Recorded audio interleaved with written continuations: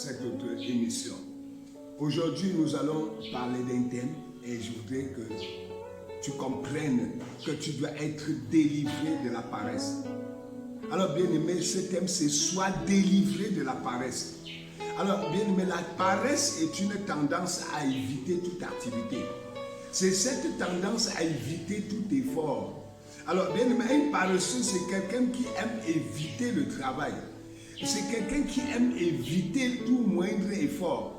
Alors, bien-aimé, nous devons savoir que la paresse ne vient pas de Dieu. La paresse est une gangrène qui ruine la vie de l'homme. Alors, bien-aimé, nous allons lire ce passage dans Genèse chapitre 2, verset 15. L'Éternel Dieu prit l'homme et le plaça dans le jardin d'Éden pour le cultiver et pour le garder. Donc, bien aimé, Dieu a mis, quoique Dieu avait mis toutes sortes de bons fruits dans le jardin d'Éden, mais il n'a pas mis l'homme dans le jardin d'Éden uniquement pour jouir, pour manger et se reposer et dormir. Non, écoutez, bien aimé, Dieu a mis l'homme dans le jardin d'Éden pour le représenter lui-même Dieu en toutes choses. Écoutez le but pour lequel Dieu a créé l'homme. Et ça ne se limitait pas au jardin d'Éden. Toute la terre devait être conquise par l'homme. C'est l'homme qui devait donner vraiment le vrai sens à la terre. Dans Genèse 28, nous lisons: Dieu les bénit et Dieu leur dit: soyez féconds, multipliez, remplissez la terre et la sujettissez, et dominez sur les poissons de la mer, sur les oiseaux du ciel et sur tout animal qui se meut sur la terre. Alors, bien aimé, le Seigneur a placé l'homme dans le jardin d'Éden et même sur la terre en entier pour la cultiver, pour veiller sur elle. Il dit d'assujettir, de dominer, même sur les animaux. Donc, c'est à l'homme de dire à tel animal, tu dois rester à tel niveau. C'est à l'homme de dire à telle chose, tu dois te placer. Non, voilà ton domaine, c'est à tel niveau. C'est l'homme, donc l'homme est le représentant de Dieu sur terre. Dieu n'a pas créé l'homme pour qu'il passe le temps au jardin d'Éden à manger et à dormir et à jouir. Dieu n'aime pas les profiteurs. Bien aimé, Dieu est un Dieu travailleur et il a créé l'homme à son image et à sa ressemblance pour le remplacer dans le travail, dans la continuité du travail que lui-même Dieu il le fait. Donc, bien aimé, que tu sois chrétien ou pas, que tu sois enfant de Dieu ou pas, que tu sois, quelle que soit ta philosophie de vie, tu dois comprendre que la nature a horreur de la paresse. Écoute, bien aimé, dans Proverbe chapitre 21, verset 25, nous lisons: les désirs du paresseux le tuent, parce que ses mains refusent de travailler. Les désirs du paresseux le tuent, parce que ses mains refusent de travailler. Alors, bien aimé, la source de tous les conflits dans le monde, des vols et des agressions, c'est des désirs brûlants dans les cœurs, des gens qui ne veulent pas travailler, mais ils veulent le fruit des efforts des autres. Ils veulent ce que les autres ont travaillé. Et c'est ça, bien aimé, c'est ça qui est la source de tous les conflits dans le monde. Parce que si quelqu'un avait compris qu'il doit travailler et manger le fruit de ses efforts, il ne devait pas se retrouver en train d'envier ce que l'autre a fait. En fait, d'envier dans le sens négatif de la jalousie et même d'ôter la vie de la personne pour s'accaparer de ses biens. Alors, on peut envier quelqu'un, ça dit en copiant ce qu'il a fait. Alors, bien aimé, je veux même attirer l'attention de beaucoup d'Africains. Alors, quand vous arrivez en Europe, bien aimé, vous voyez la ville est conçue, le pays est beau. Venez refaire cela en Afrique. Au lieu de partir, les Africains ont une certaine philosophie, différente de la philosophie des Asiatiques. Quand les Asiatiques voient ce qui est bon en Occident, ils viennent refaire cela chez eux. Mais quand l'Africain vient voir ce qui est bon en Europe, il préfère s'installer en Europe, et si possible prendre ceux qui sont chers dans sa famille et les installer en Europe. Bien aimé, non, ce n'est pas là une bonne philosophie. Tu as été créé en Afrique pour développer l'Afrique. Tu vas en Asie, tu vas en Amérique, tu vas en Europe, tu trouves ce qui est bon là-bas, tu viens dupliquer cela. La seule chose que les Africains, la plupart du temps, aiment copier, c'est les sectes pernicieuses, c'est les perversions. C'est-à-dire quand ils voient ça, non, ils viennent représenter cela en Afrique. Mais quand tu as représenté la technologie, représenter la science et tout ce qu'il y a de bon là-bas, cherchez, bien aimé, ce n'est pas les Européens qui vont venir bâtir l'Afrique, ce n'est pas les Asiatiques, ce n'est pas les Américains. Pourquoi? Parce que ce ne sont pas les Américains qui ont bâti les pays asiatiques. Ce ne sont pas les Américains qui ont bâti les pays européens. Alors bien aimé, c'est chacun qui doit bâtir son pays par le fruit de son travail. Par le fruit, ceci va même, bien aimé, ce message va même à tous les gouvernants africains, à toute la diaspora africaine, à tous les Africains en général, qui rêvent que ce sont plutôt droits, pourquoi ils adhèrent à toutes sortes d'organisations et autres, parce qu'ils rêvent que ce sont les Européens et les Américains qui vont venir bâtir leur pays. Bien, ne vous leurrez pas, chacun doit bâtir son pays. Chacun doit bâtir sa nation par le fruit de ses efforts. Si nous ne comprenons pas cela, bien aimé, c'est que nous sommes perdus et nous serons toujours en arrière et on passera le temps à planifier. Oh, vraiment, on ne respecte pas les Africains, on ne respecte pas la race noire. Bien aimé, tu dois te faire respecter par ton travail. Alors, si nous aimons la facilité, la jeunesse africaine, bien aimé, est livrée à une certaine facilité. On veut tout. On veut tout, mais on ne veut pas travailler. Les désirs nous tuent. On veut tout ce qu'il y a de bon en Europe, mais nous ne voulons pas travailler notre Afrique pour la rendre comme l'Europe. Alors, bien aimé, c'est pour cela que les assassinats, les empoisonnements et toutes sortes de jalousies, bien aimé, nous animent. Alors, bien aimé, nous devons être délivrés. Le noyau de cela, c'est la paresse. Le noyau de cela, c'est la paresse. Tu as même dans ton cœur, tu souhaites la mort de tel, parce que tu dis, il se vante avec ses biens. Bien aimé, le problème n'est pas cette personne qui se vante avec ses biens. Le problème, c'est ta paresse. Tu es un paresseux, bien aimé. Toi qui détestes quelqu'un parce qu'il a émergé, tu dis que ton cœur est jaloux. Bien aimé, tu es un Caïn. Tu es un Caïn, tu es un paresseux. Parce que tu ne veux pas. Tu dois travailler pour faire comme lui, pour avoir ce qu'il a, sinon même plus que ce qu'il a. Alors bien aimé, il doit t'inspirer, la réussite de ton frère doit t'inspirer et non te rendre aigri, et non te rendre jaloux. Tu es paresseux, bien aimé, je te dis que tu es un paresseux. Sois délivré de la paresse. Je suis là en ce jour, bien aimé, non pour te dire ce qui va te flatter. Je veux te dire ce que Dieu veut que tu dises. Certains sont même allés jusqu'à dire que l'évangile c'est le prime de père. Est-ce que l'évangile rend les gens paresseux? Quel évangile vous lisez? Dieu est l'ennemi de la paresse. Si c'est l'évangile que moi, Négué, je prêche, bien aimé, Dieu est l'ennemi de la paresse. Alors si tu me suis ce jour, que tu sois croyant ou pas, quelle que soit ta philosophie, tu dois être délivré de la paresse parce que tu es une peste, une gangrène pour l'Afrique même et pour le monde entier en général. Alors bien aimé, tu dois quitter la paresse. Je te dis, tu dois quitter la paresse. Dieu est le Dieu des travailleurs. La nature n'aime pas la paresse. Pour ceux qui ne croient pas en Dieu, ils disent qu'ils croient en la nature. La nature, bien aimé, pour percer une montagne et créer une autoroute, c'est fait pour des hommes travailleurs. Ce n'est pas pour les hommes paresseux qui rêvent.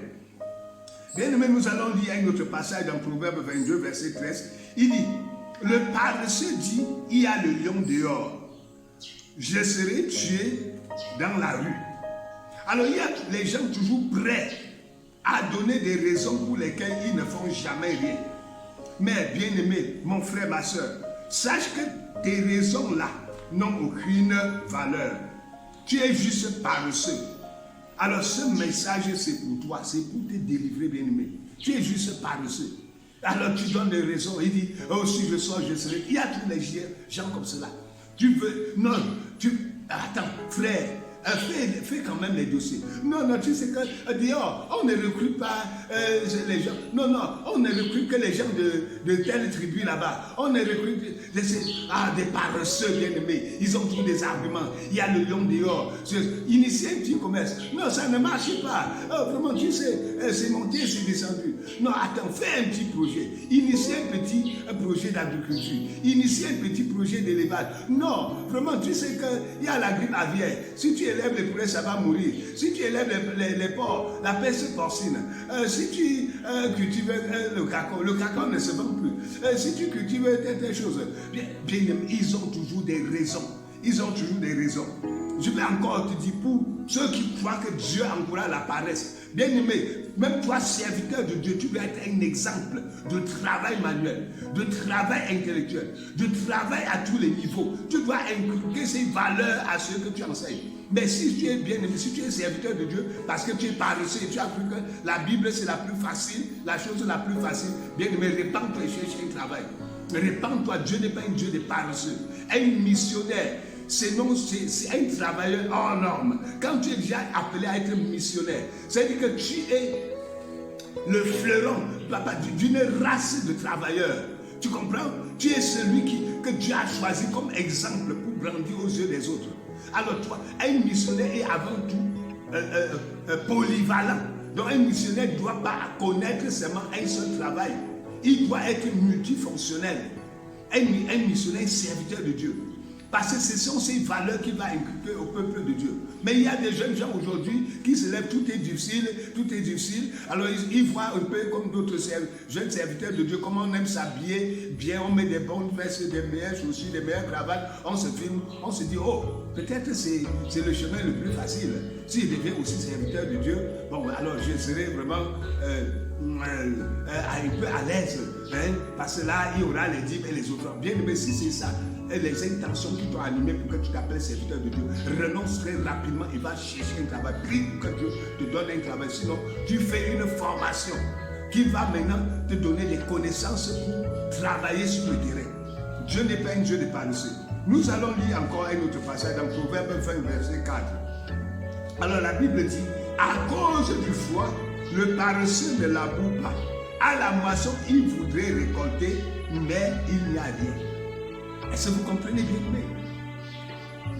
Au moment où il faut travailler, le paresseux ne travaille pas. Il donne des raisons. Il a toutes des raisons fallacieuses pour ne pas faire ce qu'il faut faire. Mais après, maintenant, il voudrait déjà récolter le fruit que méritent ceux qui ont bravé les intempéries, ceux qui ont bravé les difficultés pour travailler. Alors, les gens ont toutes des raisons pour ne pas faire ce qu'ils doivent faire. Mais sachez une chose, bien aimé, la réussite dans la vie n'appartient pas à ceux qui ont raison. Écoutez bien ceci. La réussite dans la vie n'appartient pas à ceux qui ont avancé des raisons. La réussite dans la vie appartient à ceux qui comprennent ce qu'il faut faire et qui le font effectivement. Donc la réussite, c'est de comprendre ce qu'il faut faire. C'est-à-dire avoir la meilleure information et de s'y lancer. Comprendre ce qu'il faut faire et le faire effectivement. C'est ça la réussite. Bien aimé, s'il faut donner les raisons, plein de gens sont dans la tombe avec des raisons fallacieuses. Ils ont passé leur vie à donner des raisons pour lesquelles ils n'ont pas fait telle chose, les raisons pour lesquelles ils n'ont jamais initié telle chose. Oui, ils ont raison, mais est-ce que la nature leur donne raison? C'est celui qui a semé qui doit récolter. Ce n'est pas celui qui a donné les raisons pour ne pas s'aimer qui doit récolter, bien aimé. Alors le paresseux, au moment de semer, il dit il y a le froid dehors, il y a le lion dans il trouve toujours les obstacles, là où il faut trouver une opportunité. Alors bien aimé, ceux qui réussissent, c'est là où ils ont trouvé les opportunités dans les obstacles qui étaient devant eux. Alors ceux qui échouent, ce sont ceux qui ont trouvé plutôt les obstacles dans les opportunités qui étaient devant eux. Est-ce que tu comprends cela, bien aimé? Alors, il y a de la réussite derrière cette difficulté. Il y a le succès derrière cette difficulté. Mais si tu te limites à la difficulté, elle te repousse. Elle te repousse. Donc, bien aimé, au-delà des obstacles, il y a la réussite. Mais pour les hommes persévérants, au-delà, bien aimé, de l'échec présent, il y a la réussite pour le futur, pour les hommes qui persévèrent. Mais ce n'est pas une affaire de paresseux. Ils aiment, voilà ce qui a fait que je n'avance pas. Voilà ce qui a fait que je ne peux même pas commencer. Il y a le froid dehors, il y a le lion dehors. Mais bien aimé, qui t'a dit que pour aller dehors, on va éliminer tous les lions? Qui t'a dit que toutes les difficultés doivent s'en aller afin que tu réussisses? Bien aimé, la réussite, c'est ceux qui bravent les difficultés, qui bravent les obstacles, et non ceux qui fuient à cause des obstacles. Est-ce que tu me suis, bien aimé? Parce qu'il faut que ce message te délivre. Voici, nous allons encore lire un autre verset biblique, bien aimé. C'est celui de Proverbe 26, verset 14. Il dit, la porte tourne sur les gonds et le paresseux tourne sur son lit. Alors, bien aimé, toi qui aimes dormir et donner des raisons comme un homme normal doit dormir en moyenne 8 heures, 9 heures par jour. Bien, mais tu es un paresseux. Tu es un paresseux.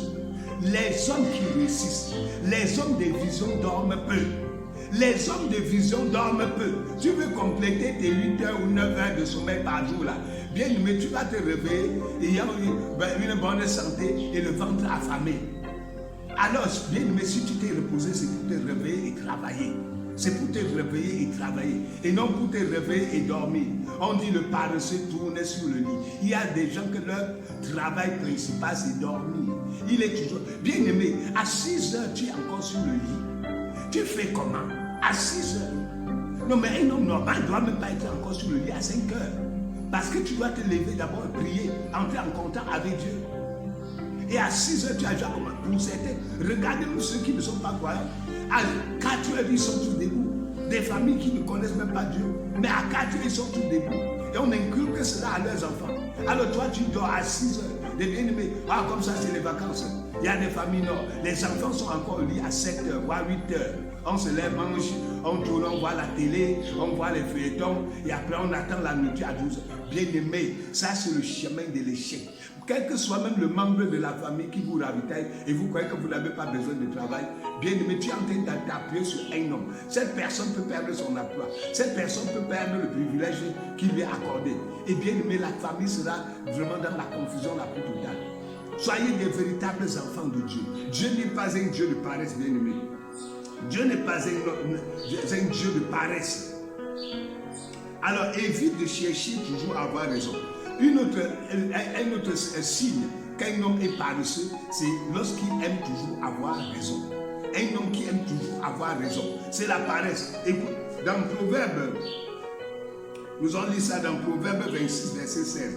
On dit, le paresseux se croit plus sage que cet homme qui répond avec bon sens.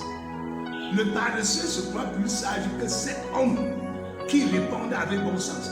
Donc le paresseux est toujours là avec des arguments. Il est toi qui maîtrise. Tu veux lui dire faire tes choses. Il te dit, donne toutes les raisons et toutes les citations vraiment pour rester toujours dans son négatif, dans son ignorance.